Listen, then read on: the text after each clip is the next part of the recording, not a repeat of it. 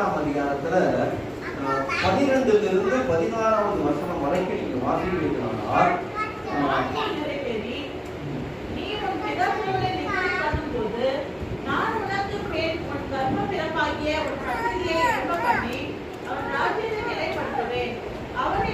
அவன் என் நாமத்திற்கு ஒரு ஆலயத்தை கட்டுவான், அவன் ராஜபாரத்தின்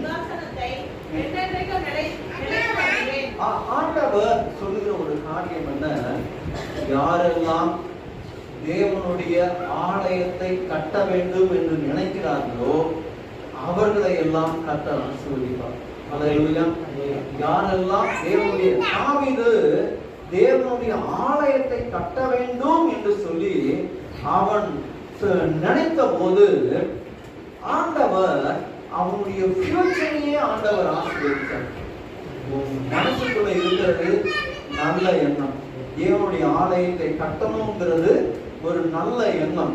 ஆனால் ஆண்டவர் அந்த ஆலயத்தை கட்டுகிற உனக்கு, அந்த எண்ணம் வந்த உனக்கு நான் உன்னுடைய ஃபியூச்சரை ஆசீர்வதிப்பேன், உன் பிள்ளைகளை ஆசீர்வதிப்பேன், உன்னுடைய பிள்ளைகளுடைய பிள்ளைகளை ஆசீர்வதிப்பேன், உன் வம்சமே ஆசீர்வதிக்கப்படும். ஹல்லேலூயா.